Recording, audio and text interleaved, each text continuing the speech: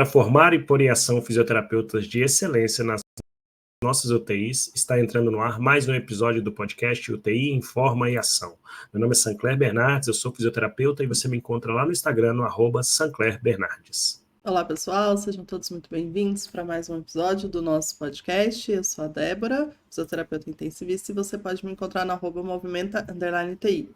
E, como sempre, juntos, vocês nos encontram aqui no nosso podcast UTI Informa e Ação, onde você preferir. A gente está no Spotify, no YouTube, o importante é acompanhar e vir conversar com a gente, né, sobre os temas, para que a gente consiga evoluir aí, como a gente coloca sempre aqui, né, formar e pôr em ação os fisioterapeutas de excelência nas nossas UTIs. E se você tem interesse, se você gosta do nosso conteúdo, né, e tem interesse em saber mais a respeito dos temas que a gente coloca aqui, né, toda vez que a gente traz um tema para cá, todo um estudo, toda uma preparação foi feita, né? E esse material que a gente estudou, esse material que a gente resumiu, esse material que a gente escreveu, algumas coisas, a gente disponibiliza ele lá no Apoia-se. O que é o Apoia-se? O Apoia-se é uma plataforma, se você gosta do nosso trabalho, para apoiar o nosso trabalho, né? Você pode contribuir com valores bem baixos, né, por mês, bem baixos no sentido de acessíveis para todo mundo, né? Você pode escolher o seu valor. E aí você entra lá, entra no link que a gente tem lá na descrição da bio, você entra na plataforma do Apoia-se e aí você apoia o nosso trabalho com esse valor mensal. E para a gente retribuir, né, como forma de agradecimento, a gente envia todo mês, então, esse compilado a mais, né? Então, são informações a mais, né? Porque, obviamente, aqui não cabe tudo, né, nesse tempo que a gente estuda. Então, se você quer, né, fazer um estudo, né, mais aprofundado, saber mais sobre os temas que a gente traz aqui, é só ir lá no Apoia-se, apoiar o nosso trabalho, você vai nos ajudar e a gente envia esse material a mais aí para quem tá com a gente nesse grupo. Certo, Sancler? Muito mais do que os artigos, né, Débora? A gente manda resumo, a gente manda dica de vídeos, dicas de podcast, a gente, como Débora colocou, a gente faz um preparo de um material, então é um material que é preparado, não é puramente só artigos soltos, mas a gente tem outras coisas também envolvidas nesse processo e vocês ajudam a partir de quanto vocês puderem. Lembrando sempre que esse apoio que a gente recebe, ele é colocado dentro do podcast, para que a gente tenha mais possibilidades de conteúdos de qualidade e que possam chegar a vocês da melhor forma possível. Então essa é a nossa campanha da Apoia-se, vocês estão vendo o link aí, e também é só entrar na descrição do YouTube ou do Spotify, ou procurar no nosso canal do Instagram, @UTI Informa e Ação, e lá você consegue o link direto para conhecer a campanha da Apoia-se e se sentirem à vontade de participar com a gente. Isso aí, vamos para mais um episódio hoje. Qual que é o tema do nosso episódio de hoje? Então, a gente vai falar 109 hoje sobre nosso episódio. 109 fatores para reabilitação na UTI. E aí, Sancler, para começar aqui, né, a nossa discussão, assim, a gente, né, acaba tendo contato com muita gente, né? A gente acaba dando aula em congressos, em ligas, né, em instituições, né, que chamam para a gente, né, fazer algum processo de formação ali, né? E eu acho muito interessante, aí eu vou falar o que acontece comigo, e depois eu quero ouvir se acontece isso com você, que por muitas vezes quando eu tô mostrando, né, o que a literatura traz, né, ou o que eu consigo fazer ali dentro da minha UTI, eu sempre escuto assim, ah, mas você faz isso porque você tem o equipamento X. Ah, mas na sua UTI dá certo porque tem a pessoa X que ajuda, né? Ah, na sua UTI dá, tipo, vou falar o que eu mais ouço em relação à minha, né? Ah, porque a gente tem equipamento, né? Porque a gente realmente tem alguns equipamentos lá. E porque a gente é um hospital universitário, e aí a gente tem os alunos que têm esse tempo disponível para fazer. O que, assim, eu acho, né, que não deixa de ter ali o seu certo Uma favorecimento, ajuda, digamos assim, né? Exatamente, é uma ajuda, não estou, né? não estou negando, né? Mas eu por muitas vezes me peguei pensando assim, sabe? Será que esses fatores são cruciais, né? Porque assim, às vezes eles até são essenciais, no sentido disso, né? Eu tenho, ele facilita. Mas assim, existe uma diferença, né? Entre ali facilitar, entre ajudar, entre ser crucial, entre, poxa, se eu não tenho um equipamento, então eu não consigo fazer nada, né? E aí a gente, obviamente, foi estudar sobre isso, né? Porque essa é a nossa experiência clínica, né? Do que a gente troca com as pessoas, do que a gente sente que ajuda ou não ajuda, né? No nosso dia a dia.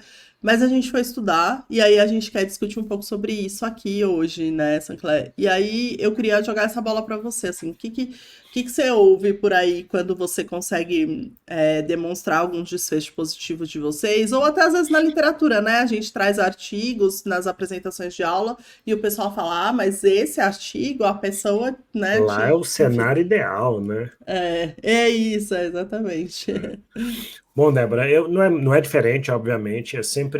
Eu brinco que cada UTI, cada profissional é como se a pessoa tivesse a sua justificativa de estimação, sabia? É tipo assim, não, Boa. eu já sei por que eu vou falar. Aí entra muito, eu escuto muito sobre demanda de trabalho. A minha demanda de trabalho é muito alta, então eu tenho que ver muitos pacientes, eu tenho muitos processos burocráticos para fazer, eu tenho muitos procedimentos avaliativos, eu escuto muito sobre a relação profissional pacientes. Então, no meu não dá, e aí a gente tem um episódio muito bacana sobre isso, né, sobre a relação de fisioterapeuta para número de pacientes. Então, assim, a gente tem que entender que existe uma legislação, óbvio, quando eu saio da legislação isso atrapalha, mas estando dentro da legislação a gente tem que criar formas, porque a gente também não pode achar que eu tenho que ir contra a legislação. Então, eu escuto muito sobre sobrecarga de trabalho, muito sobre perfil de paciente. A minha UTI, o perfil do paciente não permite. E aí eu acho que é um compilado do que a gente fala aqui há 2 anos. A gente precisa entender seleção de pacientes, e sim, alguns pacientes têm mais potencial e outros menos, mas como no geral a maioria das nossas UTIs são gerais, elas são inclusive um mix de clínica e cirúrgica, eu acho que todo mundo, apesar de cada um ter a sua justificativa, a gente precisa entender que existe um cenário posto, que é o da sua UTI especificamente, cada um na sua, e existem algumas coisas que realmente vão fazer com que você não consiga efetivamente implementar a mobilização e reabilitação desses pacientes, mas sempre existe uma janela de oportunidades muito grande. E eu acho que essa é a inquietude que a gente tem que trazer para o nosso episódio. É eu não pegar processos que são difíceis e transformá-los em processos que são impossíveis. Então, eu não tenho uma sustentação parcial de peso, certo? Então, talvez um paciente realmente com 180 quilos, você não consiga, se você só tem você de fisioterapeuta, uma UTI de 10 leitos, e uma equipe reduzida de outros profissionais, talvez você não consiga tirar esse paciente do leito todos os dias. Mas não quer dizer que outros pacientes também não devam sair do leito. Não quer dizer que você não possa trabalhar melhor a interação com os outros profissionais. Então, tem muitos pontos que eu acho que eles são colocados como justificativa, mas que eles não são um fator que impossibilita totalmente a reabilitação. E aí eu escuto com frequência isso, tá bom? E aí, eu não sei se com você, Débora, mas comigo vem assim, mas na sua UTI tem isso, isso e isso, na minha não tem isso, isso e isso, e tem isso, isso e isso, e aí vem uma pergunta que é assim, então como é que você faz? Né? Eu não consigo fazer, como é que você faz? E aí eu acho que a gente vai discutir hoje o que são esses pontos, o que são esses fatores, e quem sabe no final a gente possa também fazer uma reflexão, como é que eu gero esses fatores dentro da minha UTI, ou como é que eu manejo esses fatores dentro da minha UTI. O artigo que a gente vai usar de base hoje, né, o autor, ele começa falando, né, ele traz ali dentro do racional exatamente isso, né, a variação na estrutura, nas características organizacionais, ela pode afetar a implementação da prática, né, da Exato. mobilização precoce da reabilitação. É fato, é isso que a gente está conversando, né? Por que que eu consigo fazer, você consegue fazer menos, né? E é o que a gente discute ali no boca a boca, digamos assim, né? Essa variação de estruturar, eu não tenho isso, mas eu tenho aquilo, né? Que você estava dando exemplo agora. E aí ele traz isso mesmo, ele fala, olha, a gente acredita mesmo que a variação na estrutura, na organização da UTI, ela vai afetar, né, a entrega da reabilitação para esses pacientes, né? E aí ele fala, né, então por isso, né, a gente teve como objetivo entender, né, mapear, digamos assim, né, o ambiente das unidades de terapia intensiva, as práticas que são feitas, avaliar as características organizacionais para entender o que disso tudo efetivamente vão ser fatores que realmente vão impactar na entrega ou não, né, ou como entregar da reabilitação, né? Então foi Inclusive esse transformando em racional. resultados estatísticos, né? Exatamente, foi esse racional que você trouxe até agora, né, que a gente está falando aqui. Olha que eu gosto muito dessa ideia, né, porque são questões muito do dia a dia, né? Então, assim, são coisas que a gente discute no boca a boca do dia a dia e que eles falaram, bom, a gente vai trazer isso para dentro, né, de uma pesquisa para tentar entender e trazer resultados para responder isso, né, e para trazer de forma prática, né, como que a gente pode melhorar, enfim, né? Eu acho importante a gente só frisar, né, Sancler, que especificamente hoje, nesse episódio, a gente não está falando no impacto do desfecho do paciente, tá? Se ele vai sair mais funcional, menos funcional, não é isso. A gente está falando na entrega da reabilitação, né? A reabilitação efetivamente Praticar reabilitação na UTI, né? ocorrer Efetivamente. ali, exatamente, né? E aí é um artigo, o único, assim, ele tem alguns pontos, né? Mas um ponto importante também de falar é que não é um artigo tão novo, né? Se a gente for parar para pensar, ele não é desse ano, do ano passado, acho que ele é de 2018, se eu não estiver enganada. Deixa eu ver que eu já É, te respondo aqui. Ele então, é de assim, 2016. 16. Foi Então, publicado nos anais da ATS.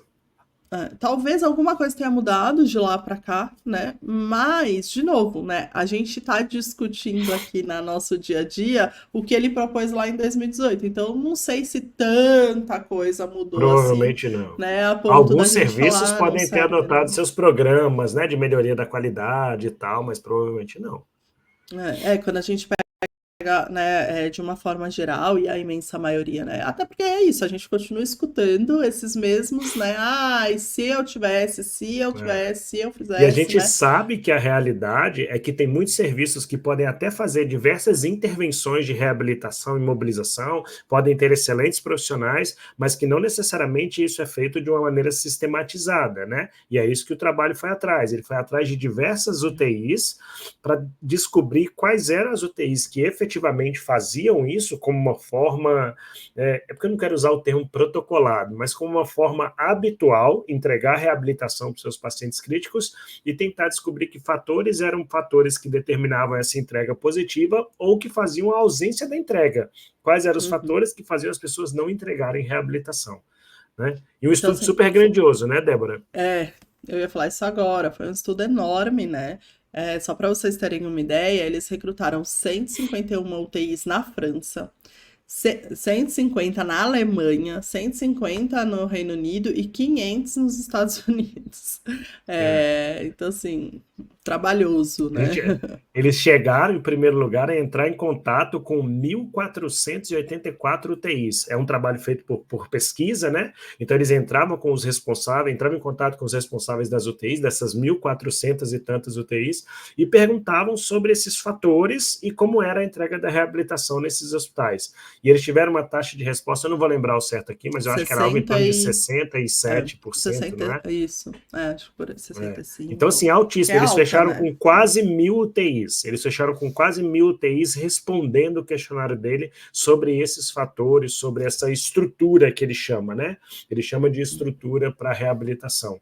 Então, é um trabalho muito grandioso e que trouxe um olhar mundial e, mais interessante ainda, ele faz uma análise global e ele separa por países, né, que ele entrevistou. Até depois eu vou fazer uma pergunta agora, depois você responde, Débora. Pensando em reabilitar os seus pacientes, em que país você gostaria de trabalhar numa UTI, dos que ele estudou? Mas Boa. responde no final, responde também. Tá bom. Acho que outra coisa interessante, né, é que eles tentaram englobar meio que em blocos, né, mas meio que tudo que a gente coloca, né? Ah, eu não tenho isso. Ah, e se fosse assim, né? Então eles dividiram no que eles chamaram de domínios, né? Então incluía a característica dos entrevistados, né? Então dos profissionais ali, as características físicas ali do hospital, das UTIs, né? As práticas e os protocolos usados ali nos hospitais que foram entrevistados, né? Isso.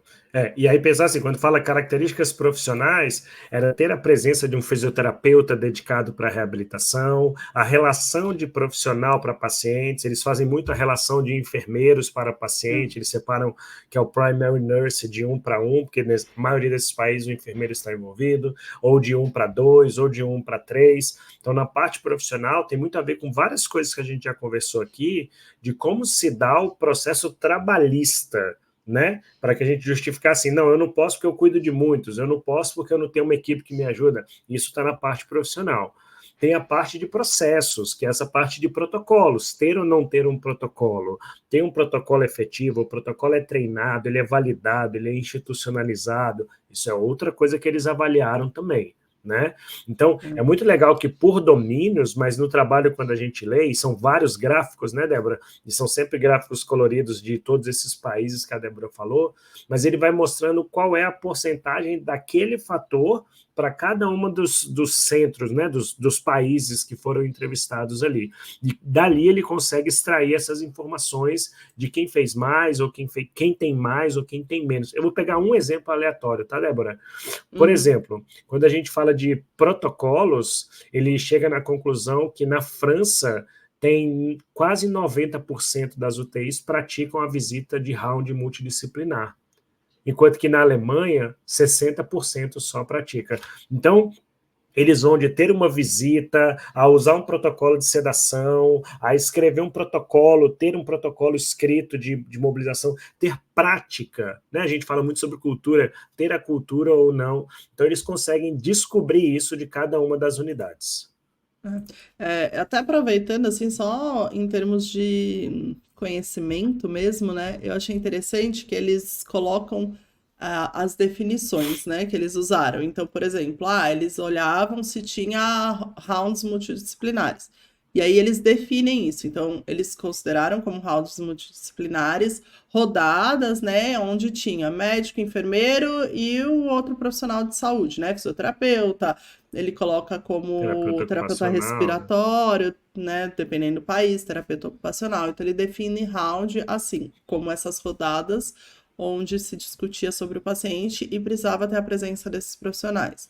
Aí, protocolo, como que eles definem, né? Eles falam que protocolo foi definido como uma via clínica escrita que fornece um algoritmo padrão para o atendimento de pacientes com uma determinada condição, né? Então, eu só queria reforçar isso porque, assim, vira e mexe a gente também ouve, assim, né? Ai, mas vai ter protocolo, vai ter um negócio fechado para todo mundo, né? E, gente, Trabalha mais. isso é coisa, né, científica, né? A gente já tem definido isso, né? Então, protocolo efetivamente é alguma coisa que está ali na sua instituição, né, escrita, né, e é um algoritmo padrão para atender pacientes né, desse tipo, dessa condição. Outra coisa que eles investigam, né, se tinha um terapeuta dedicado, né, para reabilitação, né? E aí eles Que é um profissional definem de referência, né, no assunto isso. de reabilitação. Isso, então ele fala, a gente define o terapeuta dedicado como aquele cuja principal atribuição é cuidar dos pacientes na UTI, em relação à reabilitação, né? Então, Isso também, assim, é muito legal, porque é o que a gente fala tanto, né, do nosso real papel ali dentro, né, o nosso real não, nosso principal papel ali dentro, né, então é. os autores foram atrás disso, inclusive. Assim, a gente pode ir escutando e pensando se nas nossas UTIs tem, né? Se a gente cumpre essas Se a gente está definições ali para isso, porque tem efetivamente, UTI né? que não, né? Tem UTI que você. Olha que interessante, eles podiam ter botado assim, ter um fisioterapeuta. Aí, mas não é ter um fisioterapeuta. A gente sabe que tem UTIs que o fisioterapeuta nem encosta praticamente no paciente, porque ele fica, sei lá, só na parte respiratória, né? Ele cumpre um papel de um terapeuta respiratório e não de um reabilitador. Então, isso é muito legal que o trabalho identificou. Uma outra coisa É. que ele avaliou, né, Débora? Diga, por falar. Não, eu ia falar que eles até contam quantos fisioterapeutas tem, É. né, na unidade, se tem noturno, por exemplo, eles falam sobre isso no estudo, mas para além de o número de fisioterapeutas que você tem ali, eles também investigaram se existia um fisioterapeuta que eles chamavam, né, como um terapeuta dedicado a isso. Ele fala em algum lugar da discussão sobre isso, né? Que às vezes você tem o fisioterapeuta, mas ele tem que responder a tantas demandas da UTI que efetivamente ele não está dedicado ao processo de Exato. reabilitação, né? Eu ia também destacar aqui uma outra, já que a gente está listando, né, as coisas que eles avaliaram. A gente tem trabalhado muito aqui no hospital num projeto que é para a identificação das metas de progressão, metas de reabilitação. Então, a gente tem discussão entre os profissionais e os residentes sobre metas. A gente tem todos os dias no Safety Huddle uma identificação de quais são as metas, quais são os pacientes que alcançam a meta, e a gente incorporou isso como uma análise de indicador. Quantas metas traçamos e quantas metas que traçamos alcançamos e as que não alcançamos, por quê? E aí esse trabalho ele fala sobre isso, né? Que a outra coisa importante é ter um momento em que se traçam metas. Então não é simplesmente chegar e sair atendendo todo mundo, não é sair botando todo mundo em pé, sentado e caminhando. Tem que ter meta terapêutica, e isso remete ao que a gente fala muito aqui, que é o plano terapêutico, né? Então tem que dizer, ó, esse paciente aqui, ele é candidato, ele entra no protocolo e a meta é tal. Isso é outra coisa que eles estudaram aí para ver se havia impacto também. E aí, não, a última coisa que eu queria colocar de definição que eles colocam, né? Que eles falam que então, como todo o estudo gira em torno, né, de entender essas questões para a mobilidade precoce, e aí, gente, eu desculpa o termo, mas eu vou usar o termo que eles usam no artigo, né? É, Mobilidade. Eles definem a mobilidade como uma série planejada. Ah, eu adoro essa definição. É uma série planejada de exercícios de um paciente, né, em uma sequência que começa no estado atual de mobilidade do paciente, visando ele retornar ao estado de mobilidade basal prévio dele, né? Então, só exatamente. para deixar E aqui eles reforçam que registrado. não tem definição de precoce, né? É só É, mobilidade mesmo.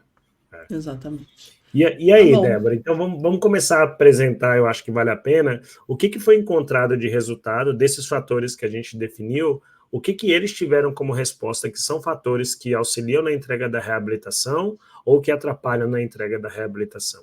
Qual lhe É. chamou a atenção? Acho que Vamos independente falar. da ordem dele lá. Não, mas vamos falar de uma forma geral e depois a gente comenta de cada Tá. um, só para já dar o spoiler total, né? Então, assim, é, só uma coisa que me chamou a atenção é que e por isso que eu falei que talvez possa ter mudado alguma coisa de lá para cá, é que a porcentagem de protocolos formais de mobilização foi baixa, né, na maioria dos Isso. hospitais, assim, né? Me Uhum. chamou a atenção que ela fica abaixo de 50%, né? Então, Exato. enfim. Mas aí o que foi associado, então? À prática de mobilização, né? Então, rodadas, né? Os nossos rounds multidisciplinares, eles estão associados de Uhum. forma positiva, né? A essa entrega ao acontecer a mobilização precoce na UTI, definição de metas diárias para os pacientes, a presença de um Uhum. fisioterapeuta dedicado, que talvez aqui a gente pudesse até pensar como a gente fala, né, o horizontal, né, alguma coisa nesse sentido. E Alguém aí, que possa ter a possibilidade de, às vezes, falar assim, essa outra parte eu compartilho com outros, né? Ou então a gente divide, mas o meu foco, ele fala sobre isso, né? Em que o foco é o principal, é atender os pacientes nesse sentido. e aí duas coisas também ele fala, né, que foi associada a ter mais profissionais de enfermagem, né, então aqueles hospitais que a relação, né, de enfermeiro para paciente era uma relação melhor ali, né, e a outra coisa, aí eu vou já responder a sua pergunta, o outro ponto foi o hospital estar localizado na Alemanha, né, É, o hospital estar na Alemanha foi associado a ele, né, ter mais essa coisa da mobilização efetivamente acontecer, né? é. E aí agora acho que a gente pode comentar de alguns desses pontos, né? Tem outras coisas Uhum, interessantes que ele traz, né? tem. Eu acho que a gente podia começar, então, eu vou falar um que me chama a atenção e pelo resultado, né? Que é ter a presença de um fisioterapeuta dedicado. A presença de um fisioterapeuta dedicado se mostrou provavelmente a variável que teve maior impacto de aumentar as chances de entrega, tanto de prática de mobilização, como de ter protocolos de mobilização. A gente está falando de uma chance de 2,48, ou seja, você mais do que dobra a entrega de uma prática de mobilização ou de ter um protocolo de mobilização quando você tem esse profissional dedicado para fazer isso. Então, isso me chamou a atenção, porque traz para a gente essa discussão que você falou do começo, das pessoas falarem, eu não faço porque eu não tenho isso, porque eu não tenho aquilo, ou porque eu não tenho aquilo. E talvez a gente precise, em primeiro lugar, conversar com a tua equipe, dentro da equipe da Físio e dentro da equipe da UTI. Será que a gente está dando para o fisioterapeuta esse papel, essa atribuição efetivamente? Porque se a gente estiver agregando 100 pequenas atribuições dentro da UTI, por mais que a gente sabe que a gente faça, não estiver dando essa atribuição especificamente, a gente nunca vai conseguir alcançar a entrega de reabilitação. Então, me chamou a atenção como isso é importante. E aí, quando separa, inclusive, por países, era algo que pelo menos eu já sabia, acho que você também já sabia, o país que tem menos porcentagens de fisioterapeutas dedicados dentro da UTI é os Estados Unidos.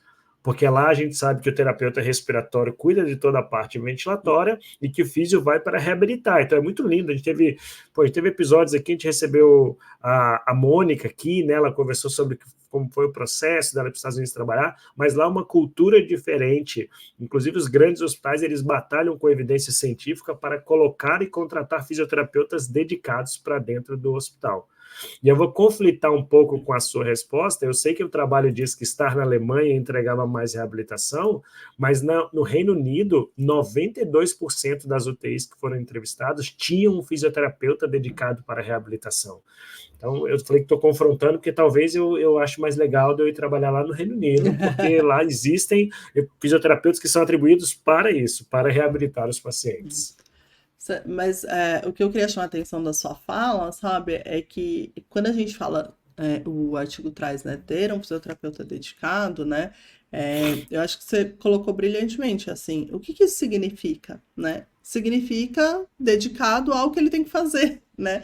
Então, e eu me pego pensando, assim, o quão... Se a gente parar para pensar em custo, por exemplo, né? Não é uma coisa que assim, eu preciso investir dinheiro nisso, né? É cultura, eu preciso investir, conversa, treinamento de equipe e tudo mais, para a equipe entender definição qual que é de o nosso atribuição, papel. né? Exatamente. Definição E de isso não atribuição. Às vezes você não custa. precisa contratar ninguém, você fala só, você deixa de Exatamente. fazer isso para fazer isso. Pronto, a partir de agora você vai ter uma atribuição direta. Exatamente, né? Às vezes não é isso. A gente deixa de priorizar coisas que são de todo mundo, né? E que a gente tomava para si, para agora a gente efetivamente fazer o que a gente precisa ser feito, né? Então, acho que isso é muito legal de falar, assim. Então, quando ele fala ter um fisioterapeuta dedicado, significa isso, né? Significa a gente tomar ali o nosso lugar, né? Ele fala, tem uma frase que ele fala assim, né? Que esse estudo demonstra que uma equipe, né, então é necessária, incluindo um fisioterapeuta dedicado, um enfermeiro, e aí ele coloca assim, que não sejam sobrecarregados pelas necessidades, por outras necessidades do paciente, para que o exercício diário possa ser priorizado, né? Então é exatamente isso, né? A gente não se sobrecarregar com outras demandas que não tenham foco ali, né? E assim, gente, obviamente, outras demandas, elas acontecem no sentido assim... não é que elas vão deixar de existir, né? E lembrar que, assim, tem demandas que são ligadas a isso, né, Sancler? Então, assim, você fazer uma boa evolução, né, você fazer uma boa passagem de plantão... Participar do round... E isso é uma demanda que está ligada ao fato de você estar dedicado a isso. É diferente, por exemplo, vou causar uma polêmica aqui, mas de demandas do tipo trocar a fixação do paciente, né, coletar a secreção. Isso aí não tem como a gente... não tem como a gente falar que isso está ajustado à ideia de ser um fisioterapeuta dedicado à reabilitação, não é? Né? Então, acho que e que fique claro, uma coisa a gente não está prática, dizendo legal. que A gente não está dizendo que não tenha que fazer nada e tenha só que reabilitar. Aí também é um pouco tanto quanto utópico, né? A gente tem que pensar na nossa profissão e especialidade dentro do nosso país. Mas a gente está dizendo que talvez o raciocínio tenha que ser, em primeiro lugar, eu coloco o foco da minha atribuição em reabilitar. Depois, talvez institucionalmente, a gente consiga ter outras atribuições também.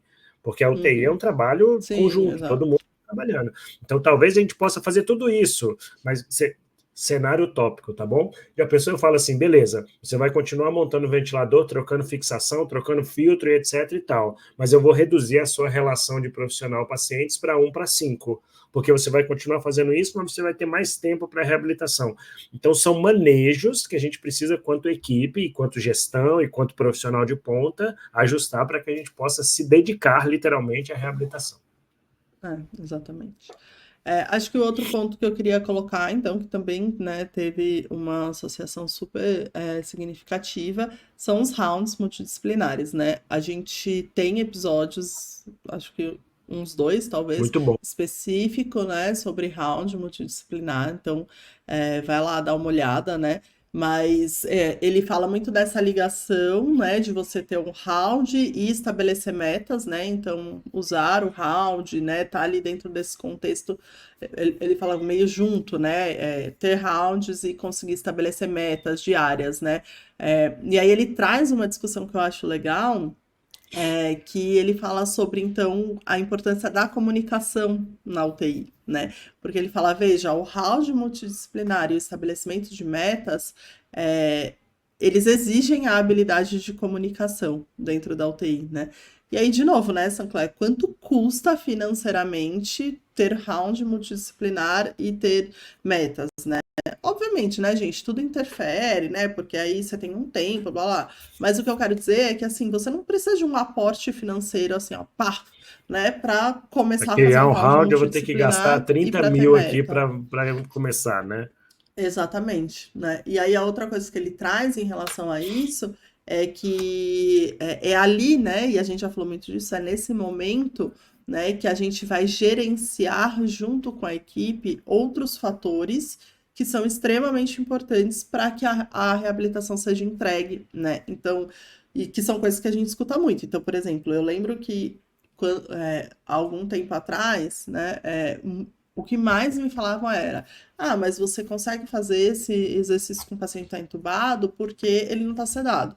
No meu hospital, todo mundo fica sedado, né? Então, no meu hospital não tem um processo de desmame, então eu não consigo, né? E aí ele traz essa discussão, né? Ele fala, olha, esse gerenciamento, né, de outros protocolos, né, de outros critérios que são necessários para a gente reabilitar, eles são feitos ou eles devem ser feitos dentro do round. Então, por isso que o round ele é tão importante para a reabilitação, né, porque acaba que expande, né, para ajustar essas outras coisas, assim, né. Então, quando ele fala do round, eu achei legal essas duas coisas. Ele fala sobre a habilidade de comunicação que a gente precisa ter, né? E essa questão de que as interfaces que são feitas, elas são gerenciadas para a mobilização, elas são gerenciadas durante o round. Então, ele dá essa importância muito grande, né, para o round multidisciplinar. Demais. E eu até faço uma sugestão além, tá? Que aí talvez seja uma falta que eu tenha sentido ali dentro do artigo. Assista o episódio que a gente fez sobre o bundle ABCDEF, que tem a ver com exatamente o que a Débora acabou de falar, que é a conexão de atitudes e ações que a gente precisa ter entre todos os profissionais dentro da UTI para melhorar essas condições para liberar o paciente da UTI, mas a gente está falando aqui para entregar a reabilitação. Então, o round multidisciplinar, alinhar protocolos como de sedação, de respiração espontânea, como ter um paciente com controle analgésico e etc., ajuda para que você consiga promover mais reabilitação. Então, trazer o bundle para esse momento é uma ótima opção. Eu falando que eu senti falta disso, porque ele fala tudo, mas ele não coloca isso dentro do bundle. Eu acho que é uma oportunidade. Então, voltem também no episódio sobre o bundle ABCDF, que é interessante.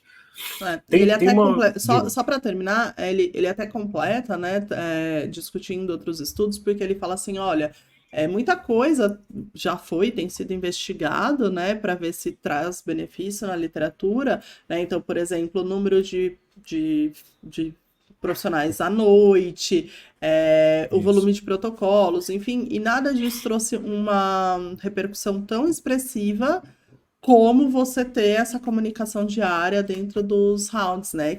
O round, ele veio como um fator positivo no estudo dele, mas que, na verdade, só contribui com outros resultados que já têm mostrado o quanto o round ele traz ali benefícios, né, em mortalidade também, né, na reabilitação, enfim. Ótimo, excelente.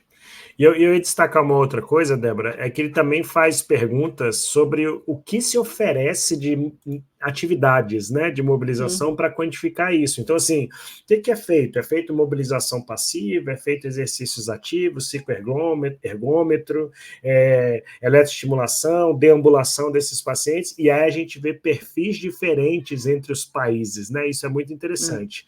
E aí, é óbvio que a gente tem atividades como, por exemplo, mobilização passiva, sedestar numa cadeira, elas são feitas em larga escala, próximo de 100% em todos os locais. Outra coisa, em escalas bem menores, inclusive deambular com pacientes em ventilação mecânica. Então, a gente tem país que faz isso numa casa ali de 70%, mas tem país como a França que não chega a 30%. E eu acho que talvez isso esteja até um pouco mais próximo da nossa realidade. Intervenções específicas, aí olha que bacana, a gente está falando sobre como entregar, né? Cicloergometria e eletroestimulação, que dependem muito de recursos e aparelhos, essa taxa de utilização nos países dessas terapêuticas, ela é baixa. A gente está falando ali de 30% para menos, mas isso não faz com que a entrega de reabilitação seja menor também. Então, mostrando que a gente tem que pensar e quantificar e dosar o que a gente pode oferecer para os nossos pacientes. E aí eu volto a discutir qual país eu gostaria, né? Por exemplo, na Alemanha tem uma alta taxa de sentar numa poltrona, de exercícios ativos, de transferência para uma cadeira, de treino de equilíbrio e etc. Agora, exercício na posição ortostática mesmo e a deambulação é menor do que, por exemplo, no Reino Unido, tá bom? E aí me chama a Tá, vamos para atenção... Londres, tá bom. eu prefiro ir para Londres. Apesar de cerveja ser melhor lá na Alemanha, eu preferia ir para Londres, pelo menos é o que dizem, né? Eu não conheço nenhum dos dois. E nos Estados Unidos, é o país que tem a maior taxa de deambulação de pacientes com ventilação mecânica. Isso é curioso, né? É o país que tem menos entrega, é o país que tem menos profissionais, mas é o país que tem a maior taxa de deambulação e ventilação mecânica. Por que isso? Eu confesso que eu não consigo entender, assim. É um país que tem menos profissionais dedicados, é uma cultura diferente, mas eles talvez o foco terapêutico seja muito dentro da deambulação e mostrar de uma maneira disruptiva que esses pacientes podem fazer. Eu acho que tem um pouco disso, né? Eu acho que tem muito, assim, dessa coisa de o que se entende como processo de reabilitação também, né? Então, assim, das experiências que eu tive nos Estados Unidos, a sensação que eu tive é que o foco deles é muito deambulação, assim, muito, né? Por exemplo, eu acho diferente. A gente também acho que a gente tem um foco grande em deambulação, mas eu acho que a gente tem umas casinhas atrás, assim, de tipo, peraí, mas ele não tá andando por falta de equilíbrio, então vamos trabalhar equilíbrio. Eu já não vi isso Os tanto nas pormenores. UTIs, isso, exato, nas UTIs dos Estados Unidos que eu tive a oportunidade, né? Então, já, por exemplo, na Alemanha, eu, né, não tenho experiência nas UTIs, mas dos congressos europeus que eu vou, eu sempre vejo muito forte o foco deles na parte muscular, né? Não em eletro, mas em exercício resistido, em entender a parte muscular, né? Então, acho que tem um pouco disso também, né? De como assim, cada lugar entende um pouco esse processo de reabilitação, né? Mas você estava falando do que faz, como entrega, enfim, e aí eles falam também da parte de equipamento, né? Eles falam que, então, o que mais comumente as pessoas descreviam que tinha, né, nas UTIs delas, então a cama, né, sempre permitindo Cama que que vira essa cadeira, né? isso, que a cama que movimenta ali, né? Elevadores móveis, né? Então, as suspensões parciais de peso, enfim, ventilador portátil e andadores, né? Então, esses são os equipamentos mais comuns dentro das UTIs, né? Veja que não é uma coisa tão absurdamente longe do que boa parte das UTIs aqui elas já têm, né? Então voltamos à É, nossa fala inicial. Não é só sobre exatamente. recursos que faz você entregar mais reabilitação. É. E aí, O eu que mais, queria. Débora? O que Você você quer manda falar aí? mais sobre Tem isso? algo a Senão eu mais? ia. Eu só quero mudar um pouquinho o foco Não? rapidinho antes da gente Não, terminar. tá, não, é Ah, pode só. falar então. Pode falar, pode mandar. Eu vou mudar. Você quer falar alguma coisa disso ainda? Vamos mudar, vamos mudar. Tá. Não, porque eu achei interessante que ele faz algumas comparações sobre, então, as UTIs que tinham protocolos e as UTIs que não tinham protocolos, né? E aí acho que tem umas informações interessantes. Então, por exemplo, como os pacientes iniciavam, né, davam esse start na reabilitação, né? E aí ele fala que as UTIs com protocolo, geralmente era automático esse paciente começar a reabilitação, né? No sentido assim de não precisava de uma ordem médica, né? Ele até fala isso. Em contraste, né, as UTIs que assim faziam mobilização, mas não tinham protocolos definidos, eles precisavam de uma ordem médica para começar e tudo mais, né? Então achei uma coisa Dificulta, interessante né? O processo é mais exatamente. lento, diríamos assim. É. Até porque ele fala, né, que quando eles investigaram se tinha protocolo, o protocolo, a investigação incluía assim, ah, tá, tem protocolo, mas tem qual paciente vai entrar, tem os critérios de estabilidade para começar, né? Então tá tudo isso muito definido, né? A gente tem um episódio que a gente fala sobre isso, né? Sobre protocolos, né, Sancler? E a gente enfatiza isso, né? Se você tem um protocolo, talvez você pule um pouco essa parte de, deixa eu perguntar pro médico se pode, não, tá ali, ó, no seu protocolo. Se o paciente Isso cumprir já isso, ele foi pode começar, estabelecido antes, né? né? Exatamente. Então, achei interessante esse dado que ele trouxe, né? E aí, ele também fala, principalmente do Reino Unido, né? Ele traz alguns dados bacanas assim. Então, as UTIs com protocolo, né? O que que os fisioterapeutas, os enfermeiros, enfim, relatavam como barreira, né? Então, nas UTIs que tinham protocolo, mais comumente era dinheiro, né? Então, apoio financeiro, né, equipamentos e equipe de fisioterapia, né? Agora, quando você não tem protocolo, o que que eles relatavam? Pessoal também, fisioterapia, mas olha que interessante, nas UTIs que não tinham protocolos, eles citavam como barreiras prioridades concorrentes à reabilitação e falta de adesão. Então, assim, eu achei muito interessante essa informação, porque, de novo, né, se você tem um protocolo, tá ali, né, aquele paciente vai fazer isso, isso, isso. Você aumenta muito a adesão dos pacientes, da Exato. equipe e tudo mais. Então, achei muito interessante essa comparação que ele trouxe de quais são as barreiras entre, né, UTIs que têm protocolo e UTIs que não têm. Então, talvez a gente devesse pensar, se você está tendo um problema de adesão, se você está tendo um problema de prioridades concorrentes ali, será que você tem um protocolo legal ou você não tem um protocolo na verdade, esse é o problema, né? Digamos, o problema desencadeador, o problema chave, Causa né? raiz. Problema Isso, a raiz. causa raiz. Boa. É, É. muito bom. Muito legal. E aí, assim, eu recomendo fortemente que todo mundo leia o artigo, porque ele vai em outros pontos menores também, que não tem tanto impacto, como a Débora colocou, mas que vai desde processos de segurança, quando ele fala da equipe de fisioterapia, ele fala da equipe, ele fala da expertise dos fisioterapeutas, desse engajamento nessa cadeia, do compromisso. Então, tudo isso foi perguntado. E é bacana para a gente poder entender essas minúcias aí, para a gente eu acho que é muito válido, Débora. Talvez algumas pessoas estejam nos acompanhando dizendo assim, tá, eu sou fisioterapeuta, plantonista da UTI, aquela coisa que a gente sempre fala aqui, né?